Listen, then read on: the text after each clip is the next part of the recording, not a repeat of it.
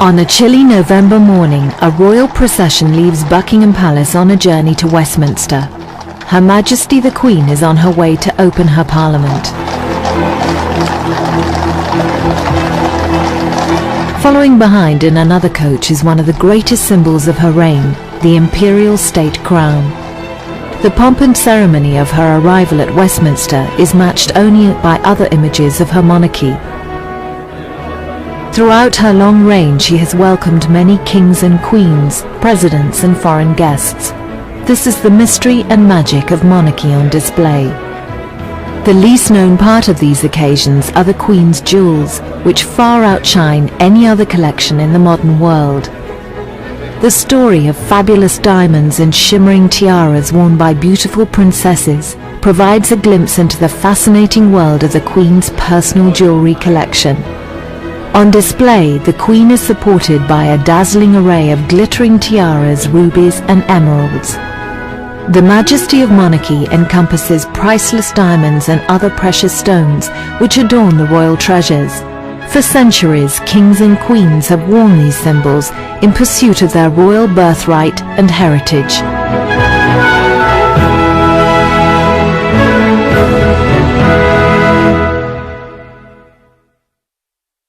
Centuries ago, when the St. Edward's crown was used for coronations, the jewels were hired in.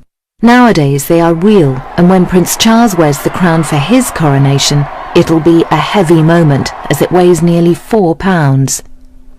Made of gold, it contains 444 precious stones, and when Prince Charles's grandfather was crowned in 1937, the Archbishop of Canterbury had to have a very steady hand to place it over the king's head. To make it easier to wear, the crown is cushioned on a band of velvet, a royal custom introduced by King Henry IV 500 years ago. Following his coronation, the king's family assembled wearing an array of many crowns.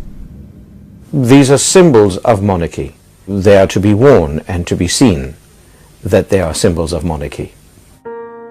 In 1937, Queen Elizabeth wore her crown, which contained the legendary Koh-i-Noor diamond. In 1902, the wife of King Edward VII, Queen Alexandra, had a crown which contained the Koh-i-Noor diamond. The Queen Consort's crown today is set with diamonds which belong to Queen Victoria, but it's the legend of the Koh-i-Noor diamond which makes it so outstanding. At the coronation in 1902, the crown contained the Koh-i-Noor and 3,688 diamonds. If Charles and Diana had stayed together, Diana would have worn the Queen Consort's crown at her husband's coronation.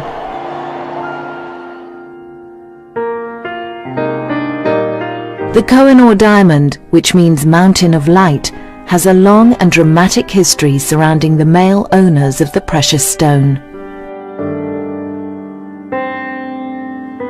The diamond itself has a horrendous history of really murder, mayhem and mystery, because it has throughout ages been sought after by various potentates, kings. Shah Jahan owned it, who built the Taj Mahal for his wife Mumtaz. Nadia Shah ransacked New Delhi and took it back to Persia. Then it became part of the Afghan royal family, where brother blinded brother so he wouldn't see it. So in folklore there's been this myth that every male owner comes to a sticky end. So therefore, just to be on the safe side, it has always been worn by women. This diamond is the largest modern cut top color diamond in the world. Its estimated value today is £50 million. It's one of the precious stones cut from the Cullinan diamond, which was a present to King Edward VII as a token of loyalty by the Transvaal people at the end of the Boer War. The raw diamond weighed a staggering 1.5 pounds. It was gifted to the nation by the government of Transvaal. It was found in 1905, cut up in 1907, and added after that to the crown jewels. To enhance its value, this immense diamond had to be carefully cut into as many pieces as possible. The cutting of it was given and entrusted to Joseph Ascher of Amsterdam, who was then probably the best diamond cutter in the world, to cut it into several large stones and then smaller ones. And he studied the stone for 3-4 months, and before he decided to cut it, of course, he invited the Dutch royal family, the English royal family, and various others. And then he struck the first blow, and of course, if he misjudged, it would have just shattered like a car windscreen. But as it didn't, it fell perfectly in 2 pieces, and apparently he fainted after that.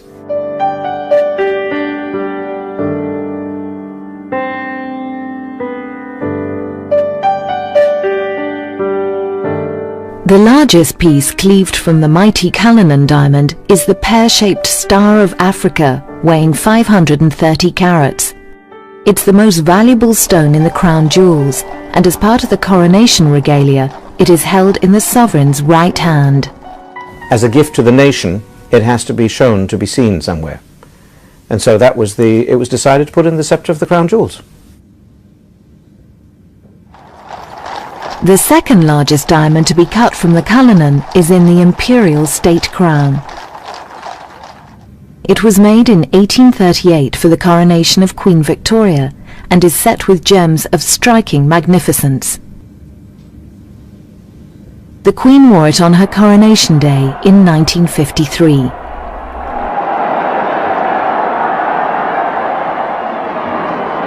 The imperial state crown contains the Black Prince ruby brought back to England in 1367 and later added to the crown jewels by King Henry VIII. Beneath it is the huge second Star of Africa with emeralds and sapphires. For her coronation, the Queen bears the mighty weight of the imperial state crown. Despite being altered to reduce the height, the crown still contains 2,800 diamonds. Every year the Queen wears it for the state opening of Parliament. My Lord, pray be seated. It's been traditionally used throughout the centuries. The monarch has always opened Parliament. Since Victoria, the same crown in essence has been used. It's been modified, it's been renewed, but in essence the state crown has been the same for the last 150, 160 years. Which require the withdrawal From her throne in the House of Lords, the Queen outlines her government's legislation. Independence and legitimate government.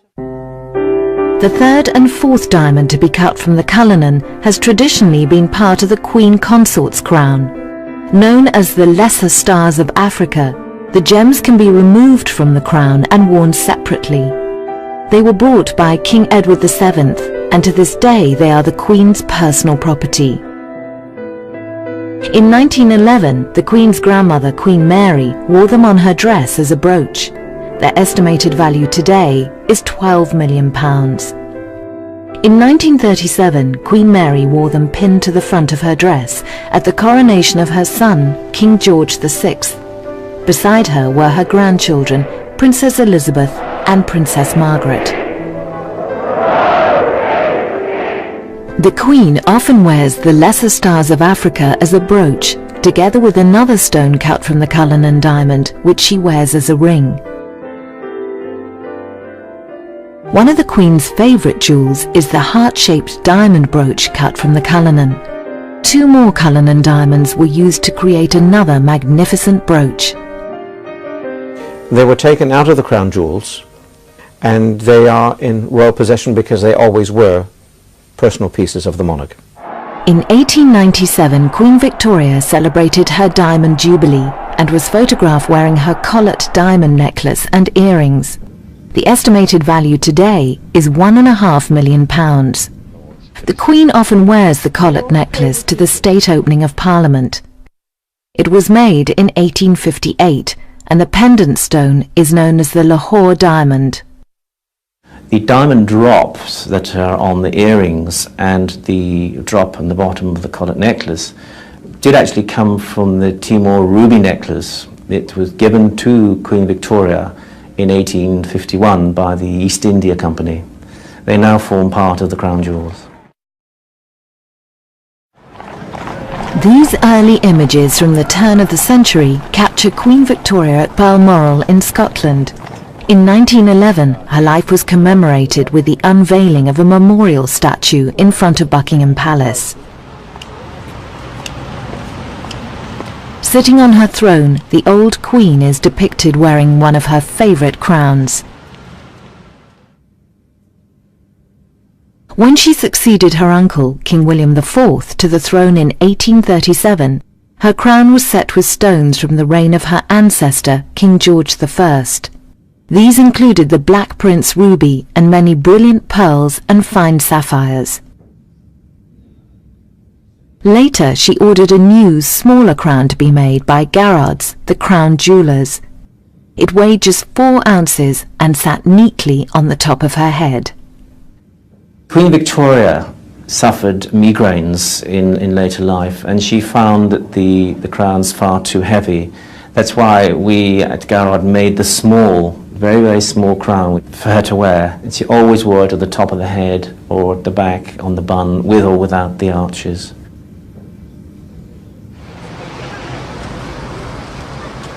Her beautiful little diamond crown, made in 1870, became the trademark for her reign, made stronger by her marriage to Prince Albert of Saxe-Coburg-Gotha.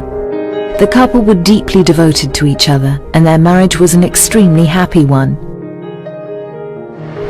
Sadly, when Albert died, the Queen was only 42, and for the rest of her life, she cherished his wedding present to her, a big sapphire brooch clasped by a dozen diamonds.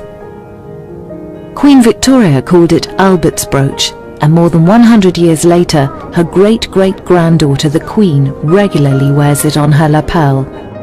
The Albert brooch is a very charming piece which Prince Albert had made for Queen Victoria and gave to her on the night before the wedding when they were betrothed here in London. And it's a wonderful sapphire, and it's a beautiful piece, and I think very romantic. Princess Elizabeth wore Albert's brooch for Princess Anne's christening at Buckingham Palace. Her mother and her grandmother, Queen Mary, had also worn it on many occasions. During a visit to her estates in the northwest of England, the Queen's tenant farmers had a close-up view of one of the most precious personal treasures from the royal jewellery collection. Its estimated value today is £150,000. A cherished memory of her great-great-grandmother.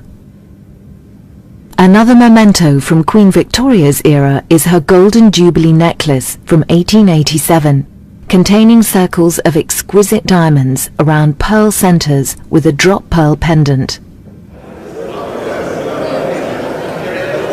50 years ago, the Queen was filmed wearing it at a film premiere.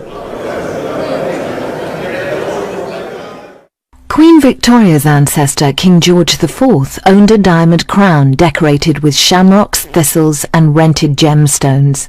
The Hanoverian king did not in fact wear this diadem to his coronation because it was considered too effeminate to be worn on such a grand occasion.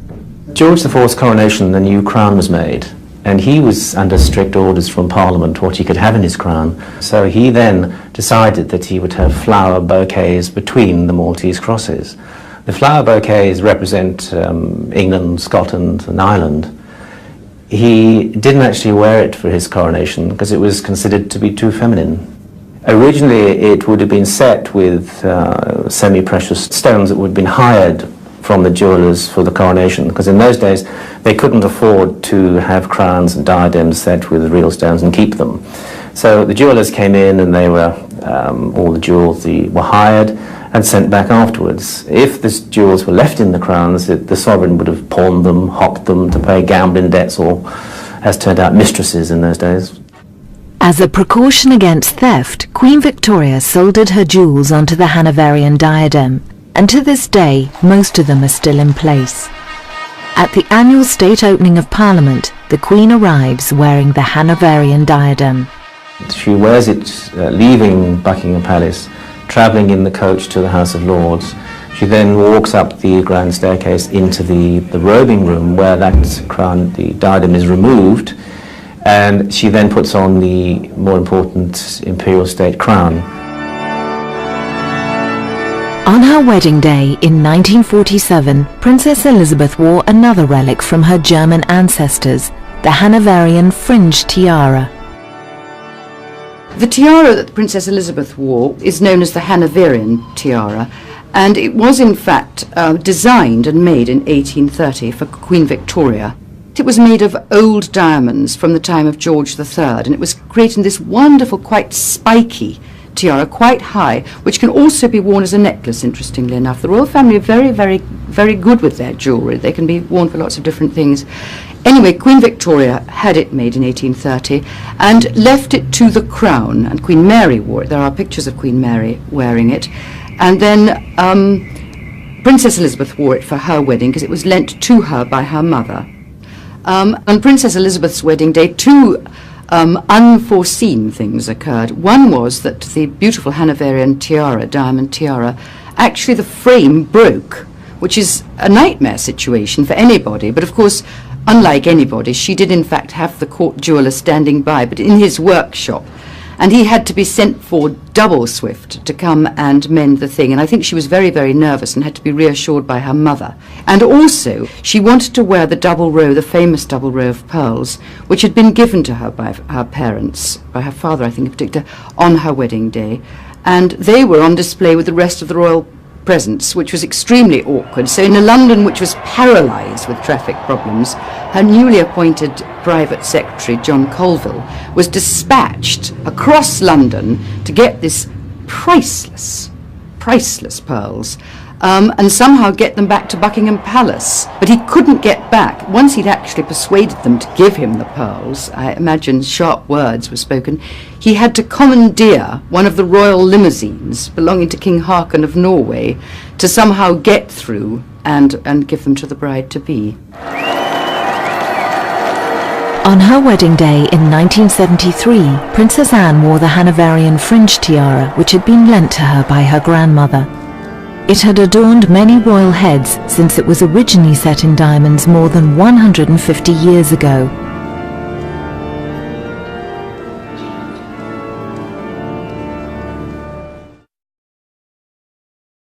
At another royal wedding in 1893, Princess Mary of Teck married the future King George V. Later, as Queen Mary, this woman would have a devastating effect on the history of the royal jewels. This tiara, a gift from the girls of Great Britain, was one of her favourite wedding presents. Bought for £5,000, its estimated value today is £500,000. Light on the head, it's easy to wear. Inherited from her grandmother, the Queen uses it constantly on official occasions. Affectionately known as Granny's tiara, it has 9 large oriental pearls on diamond spikes set on a bandeau base of 27 brilliant diamonds enclosed in a metal band. Tiaras are a symbol of authority, a symbol of power. That's why when the Queen's wearing her crown, it makes a fact. I am the Queen, I am the head. And when a lady wears a hat, she must feel very important. Or a gentleman wears a top hat, for instance. It's a symbol of authority, of class, perhaps.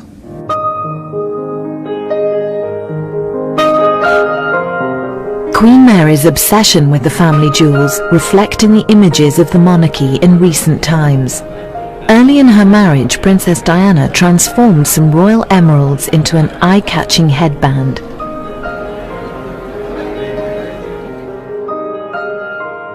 The emeralds belonged to Queen Mary, who left them to her granddaughter, the Queen. Known as the Cambridge Emeralds, their history is an intriguing one.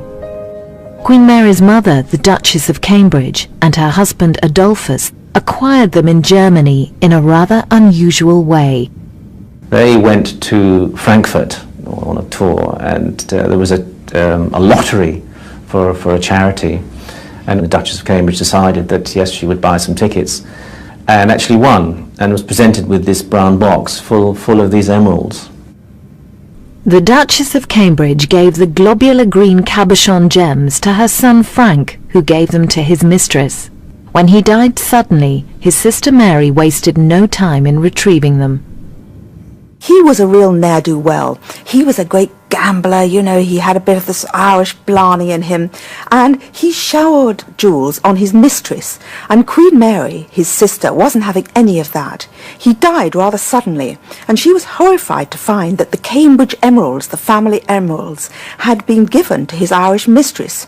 Off she went, can't you just imagine, her tiara on her head, the Grand Queen Mary, and she got those emeralds back. Years later, the Queen wears the Cambridge emeralds suspended in a very valuable Russian tiara, her guests unaware of the history attached to the contents of her headgear. Of the Africa 95 Festival. Princess Diana proved that she was not a prisoner of the past, transforming her emeralds into a necklace and earrings. Again, Diana was very inventive, very original in the way she used these beautiful emeralds. Historic stones, and she had great courage. She wasn't in awe of them, and she took the Cambridge emeralds and turned them into, again, a choker, quite a fairly narrow choker, which she also wore again as a bandeau, very 20th style. It was a very young and exciting look, and she wore the bandeau round her head during the tour of Australia when she took to the floor, swept off by Prince Charles. And again, it's a very memorable image of the young Princess of Wales.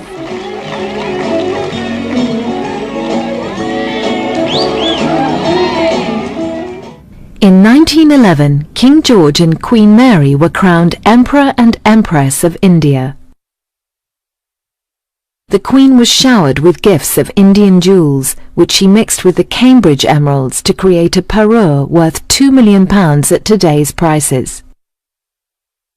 For the occasion, a crown was specially made for the king. It contained a fabulous array of remarkably fine emeralds, sapphires, rubies, and over 6,000 diamonds sent from India. The imperial crown was created specially for the Delhi Durbar.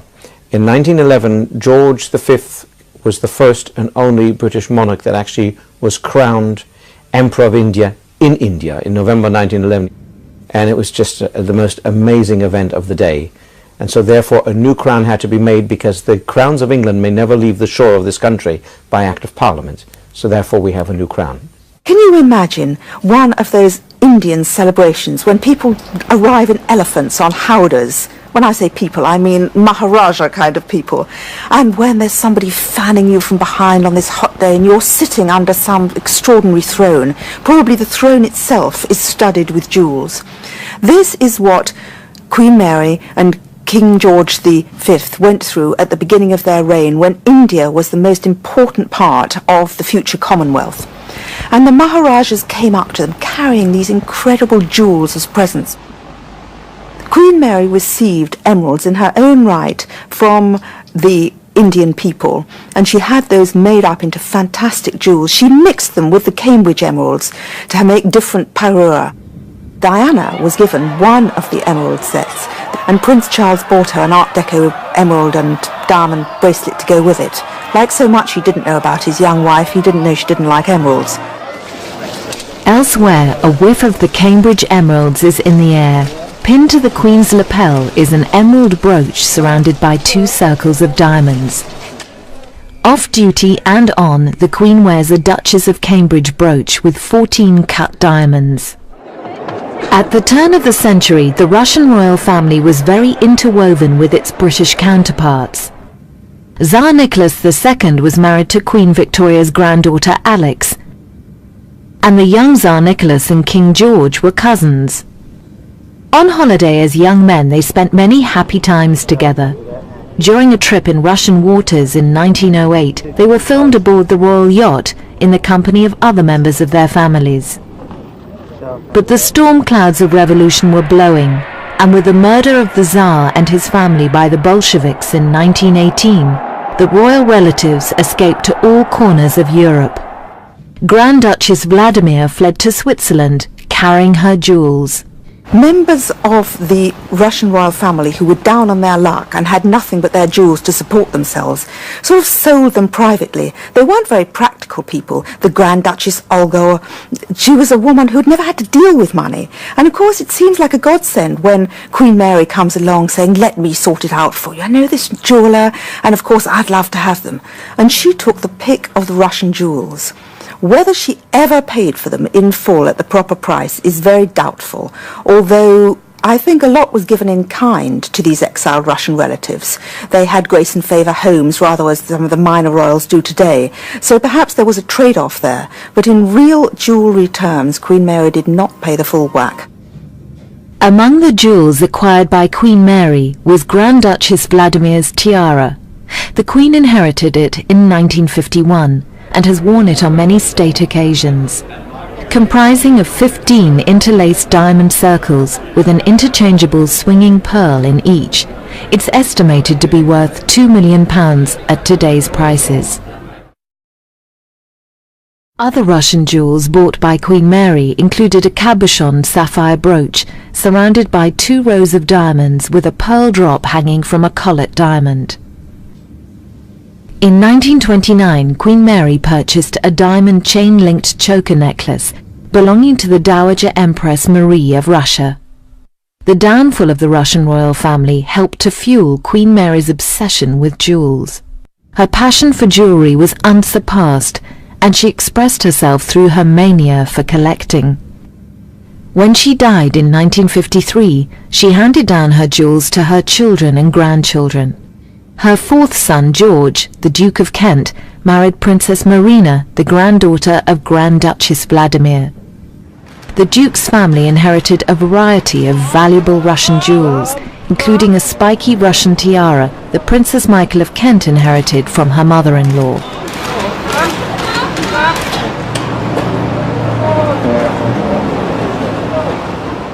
Queen Mary's 3rd son, Henry, Duke of Gloucester, and his family inherited an exquisite diamond tiara once belonging to the Dowager Empress Marie of Russia.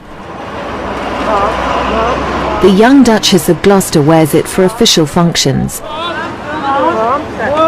On other occasions, she is photographed wearing diamonds and pearls passed down from distant Russian relatives.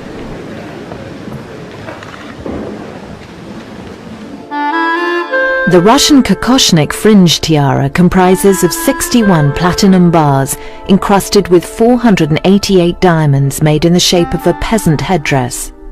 This was a present to Princess Alexandra from the Ladies of Society on her silver wedding anniversary in 1888. A similar one was worn by Alex, the Tsarina of Russia.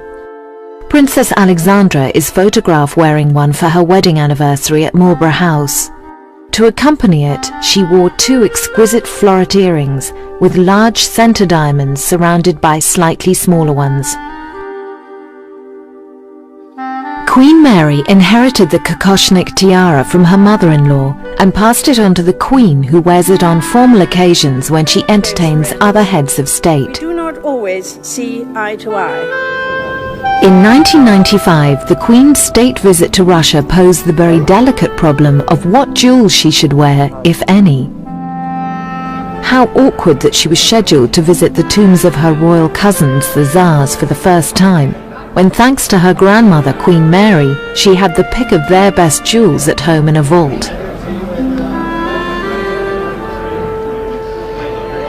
Her Russian trip included Moscow and a visit to a gala performance at the Bolshoi Ballet. During the stopover, it was a deliberate choice to wear the sapphire and diamond parure that she had received as a wedding present from her father, rather than choosing any of her inherited Russian jewels. The Queen didn't really want to offend anybody by wearing something that could have upset them. So the jewel collection was looked at very, very carefully. It's the same wherever she goes. And if she goes off to Canada and Australia, it's always nice to on that occasion, to wear something that has been given from that country. But as the jewels had come from Russia under sort of slightly, perhaps, mysterious circumstances, the Queen didn't want to upset anybody, so she kept away completely from all the Russian jewels, and in fact wore the sapphire and diamonds at the Bolshoi Ballet. When I was actually there, the Bolshoi Theatre, when the Queen walked into the box, and it was a 10-minute standing ovation, and she could not believe that people were appreciating her in this way. She was absolutely overwhelmed. Inspired by the design of a Russian lover's bow knot tiara, Queen Mary had a similar one made. Comprising of 19 diamond arches, the oriental pearl drops hang from a diamond lover's bow knot with single diamonds and upright pearl spikes. The Queen inherited it from her grandmother and gave it to Princess Diana as a wedding present.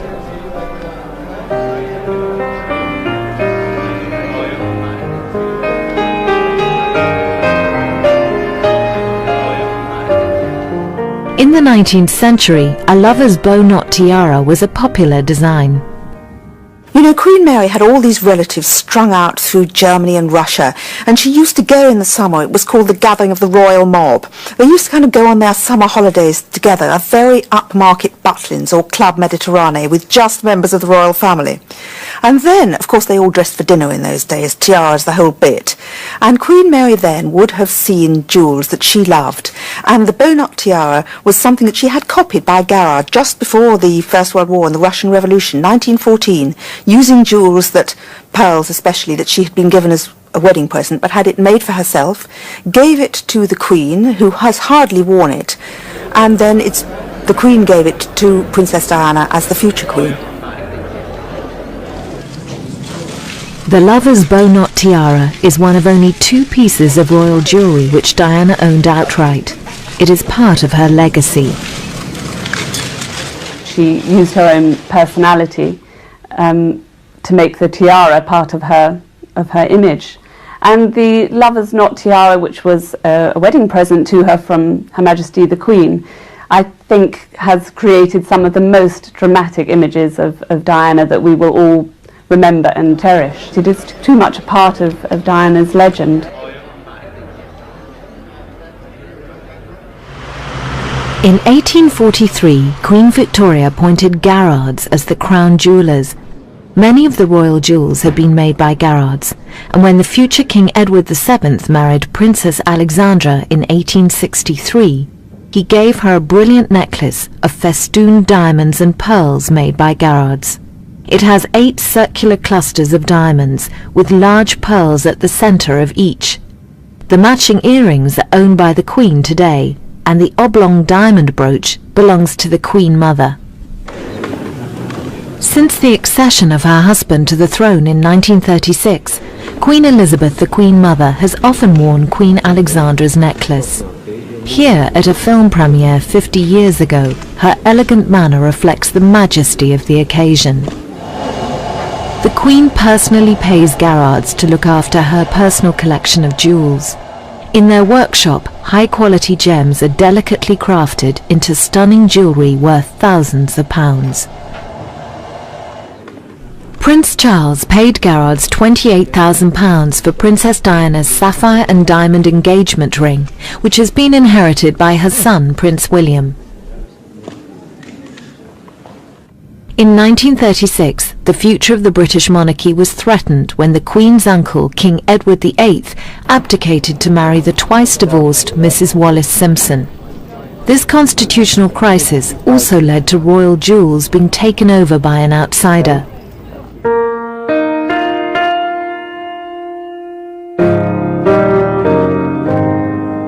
From the start, Wallis Simpson received in her engagement ring a flawless stone which was half of one of the greatest emeralds in the world.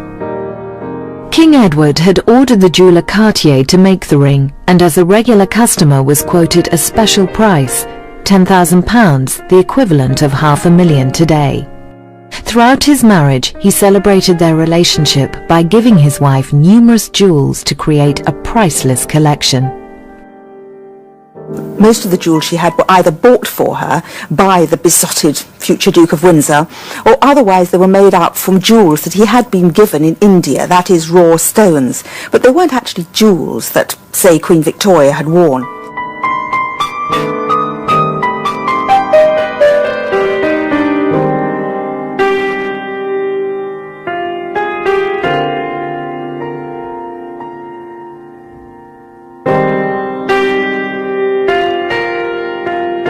This was the collection to rival even the Queen's.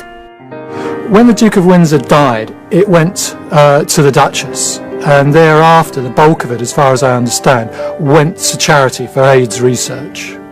They fetched a phenomenal price, something like 10 times more than was expected, because they'd been owned by the Duchess of Windsor, because there'd been all this royal romance connected to them. One of Wallis's favourite jewels, her ruby necklace, fetched over £1.5 million from a mystery buyer at the Geneva auction in 1987, when the whole collection was sold for a total of £27 million. Buyers included the dress designer Calvin Klein, who bought 4 items for over £870,000. Aaron Spelling, the TV producer of Dynasty, purchased a necklace for his wife, and Elizabeth Taylor bought the Prince of Wales diamond brooch for £350,000, now worth an estimated £1 million. The Duchess of Windsor's jewels, of course, were sold up for charity. Now, that's something that I don't think we'll be seeing for other members of the royal family. But some pieces did manage to sneak their way back into the royal family. You know, Princess Michael of Kent, who befriended the Duchess before she died, I think maybe she felt a little bit of an outsider, and therefore they had something in common. And she received, as a gift, a pair of panther earrings, those famous Cartier earrings. And she wears them very occasionally, but not, I would imagine, in front of the Queen. One of the Queen Mother's favourite pieces of jewellery is a regal Indian tiara and necklace made by Garrards for Queen Victoria in 1853. Originally it contained 2,678 diamonds and 70 opals. But Queen Alexandra had the unlucky opals removed and replaced with rubies from an Indian necklace. The tiara and necklace belong to the state and are technically on loan to the Queen Mother in the course of duty. But her daughter the Queen is quoted as saying, "Mummy will give them back one day."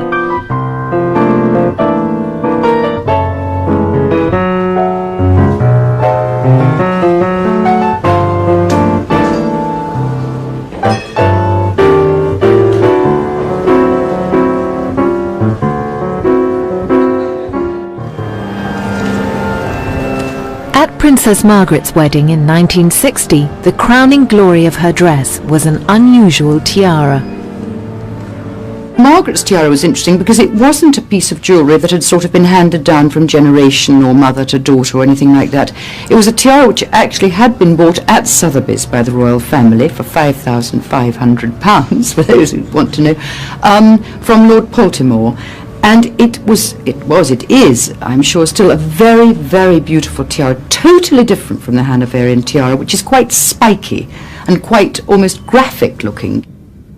Princess Margaret's hair was rather modern. I think it was called the chrysanthemum cut, which is rather devastating today. And being so tiny, or perhaps I suspect also to give the tiara she wore some depth, some kind of presence, she had a hairpiece, and this is the first time ever that we know that a royal bride has worn a hairpiece on her wedding day. One of Princess Margaret's favourite possessions is the tiara in the 1920s style, which she handed down to her future daughter-in-law, Serena Stanhope. At her wedding to Princess Margaret's son, Lord David Linley, Serena was stylish in her choice of jewellery and wore this simple hand-me-down royal tiara. It's very interesting how often all brides do tip a nod to something that's gone past, sort of, it's a little tribute, if you like, something like that, but it also gave her height and presence on her wedding day. In her early years, a young Princess Margaret was the Princess Diana of her day. Years later, this darling of the media was replaced by another beautiful young woman. Princess Diana had arrived. On a visit to Australia in 1983, she wore a glittering diamond necklace lent to her by the Queen, who had received it as a gift from King Faisal of Saudi Arabia. Back in Britain at a banquet hosted by the Queen at Hampton Court, Diana wore a large ice blue sapphire brooch surrounded by a double row of diamonds, a wedding present from the Queen Mother. Later, Diana redesigned the brooch to create a stunning diamond, sapphire and pearl choker, more in keeping with her modern image. At the beginning she wore that huge sapphire and diamond cluster in a rather conventional way, rather traditional way, and then as her style developed she began to impose her own personality, her own style, to wear her jewellery in very new and fresh and original ways. And it became one of her signature pieces, particularly towards the end of her life, when she began to wear those spectacularly sexy evening gowns with just one huge piece of jewellery. Another of Diana's wedding presents, this time from the Saudi royal family, was a magnificent suite of sapphires and diamonds. One of the most important of her wedding gifts came from the Crown Prince of Saudi Arabia, and it was a whole suite of jewels. But her favourite piece from this suite was a necklace of diamonds on which was hung a huge Burmese sapphire, surrounded in a much more modern style with baguette diamonds in a setting that we call a ballerina setting. The most dramatic change she made to that set was to create for herself a choker with the sapphires on a band of velvet, which she wore not only as a choker but also as a bandeau around her head, around her forehead, very 20s style. And this was something that she did, it was great fun, she did it on several occasions. On another occasion, during an official visit to Germany in 1986, Diana wore a fabulous suite of jewels, a gift from the Sultan of Oman, comprising a modern diamond necklace and matching earrings. It was known as the Crescent set. Valued at £1 million, it became one of Diana's favourites, and she wore it with historic and contemporary jewels. Diana was very clever in mixing old and new. As I said, this was a very contemporary design, and she wore it very well with the Spencer family tiara or with the love knot tiara. And so she created a very special, very royal, very regal look for herself by combining the old and the new in this way. A royal wedding, and the family bring out their heirlooms. For the Queen, it was her magnificent flower brooch made from the world's largest pink diamond. The world's most perfect pink diamond was made into a daffodil flower brooch by Cartier and given to the Queen as a wedding present from a Canadian millionaire. Its estimated value today is £3 million. In 1893, the Queen's grandmother, Queen Mary, received from the ladies of Kensington a wedding present of a bow-shaped diamond brooch with a large oriental pearl drop. To celebrate her wedding, ladies from various British towns presented their gifts at 30-minute intervals, and bow brooches were popular offerings. At her daughter's christening in 1950, Princess Elizabeth wore a bow brooch given to her grandmother by the ladies of Dorset. Bow brooches have been popular with royalty since the 17th century, and Garrard's made a set of 3 from diamonds supplied by Queen Victoria. Queen Alexandra and Queen Mary wore them at their coronations, and the Queen is regularly seen wearing bow brooches inherited from her grandmother. Queen Victoria was given a bow brooch for her Golden Jubilee. Now her Jubilee brooch is one of the Queen Mother's favourite pieces of jewellery, incorporating a bold pearl and diamond flower with a distinctive loop of diamonds and a teardrop pearl.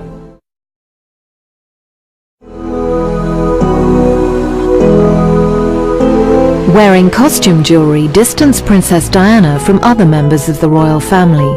She frequented many fashionable stores in search of ideas. On one occasion, Diana bought an imaginative jewelled snake to wear at a pop concert. She went for very classic things, but then she would try something like the snake. She would wear things that were quite adventurous, but she always brought very classic things too that you would see her wearing all the time. She brought a little pair of earrings that were French glass earrings, black French glass earrings. She wore them all the time. They were £5. So it wasn't intrinsic things, it was because it went, she wore things because it actually fitted with what she was wearing. Another famous pair of earrings that she wore all the time were silver earrings, just a plain gold. So she accessorized herself. Do so she would try things from the very simple to the very exciting things. A big star necklace or a wonderful star pinned on the back of her hair. Tiaras were a problem. It's a long time to put on a tiara. You need a lot of help with it. It's heavy. You have to have your hair done. Diana complained that it gave her a headache and a neck ache. And I think at times when she had to prepare for her evenings out very early in the day, she said that she had to wear it all through nursery tea with her boys, which must have been a little bit uncomfortable. Diana wore fashion jewellery for fun to complement her high fashion wardrobe. She possessed few fine jewels to her taste, and during her life she was never given a diamond necklace, so fake pearls were a convenient way of expressing herself. I think it's hard to talk about Diana's jewels or any Princess of Wales jewels without talking about pearls. She wasn't frightened by the heritage of pearls in royal jewels. She wasn't frightened by protocol to experiment with wearing pearls in different ways. But they're so bound up with the legend of royalty, and particularly with the Princess of Wales, that again they became part of her. They became her trademark. And there's one memorable occasion when, again, Diana, using her famous wit and her great sense of humour, which we know about, she wore a long rope of beautiful, sumptuous pearls, just knotted very casually down the back of a dress with a V. She would have had a soulmate in Queen Alexandra, who herself, can you believe, in spite of her great collection of jewels, had false pearls and a lot of false stones to make amusing things for herself. And there's a funny story about how, when she was riding one of those coaches, her pearl choker suddenly split, and the courtiers in panic scrabbled and tried to pick up every single pearl that was rolling away. Queen Alexandra sat there very serenely, as well she might have done, because they were all fakes. The crown jewels of England belong to the state and are kept in the Tower of London. Their value is incalculable. They represent far more than gold and precious stones. They stand for hundreds of years of English history and have been used by kings and queens since the 17th century.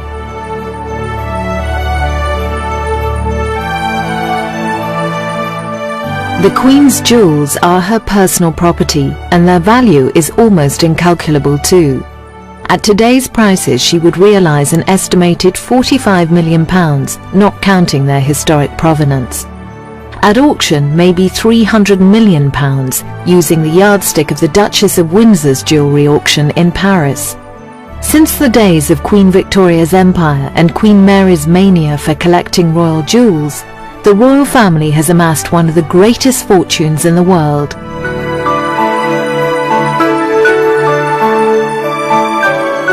Tiaras, diadems and crowns have become their trademark. "We have too much already," the Queen told the Marchioness of Cambridge. Maybe she feels that her jewels, like other royal treasures, are something that she is guardian of while she is Queen, until they are passed on to the next generation of future royal brides. It all started out so well. On Diana's wedding day, the new princess had to borrow her sister's pearl choker to leave on her honeymoon. And at another royal wedding, the future for the royal jewels looked rosy. What went wrong? I often think about the wisdom of the Queen as a mother and a grandmother and a head of the family. It always puzzled me that Diana wasn't given more royal jewels. And certainly Sarah, the Duchess of York, got nothing. I mean, she got pieces that were bought at Garrard's. I think she didn't give them because she suspected right from the start, maybe, that these marriages were going to be difficult, and the jewels perhaps were held back to be given for 10th wedding anniversaries or 20th or 25th wedding anniversaries.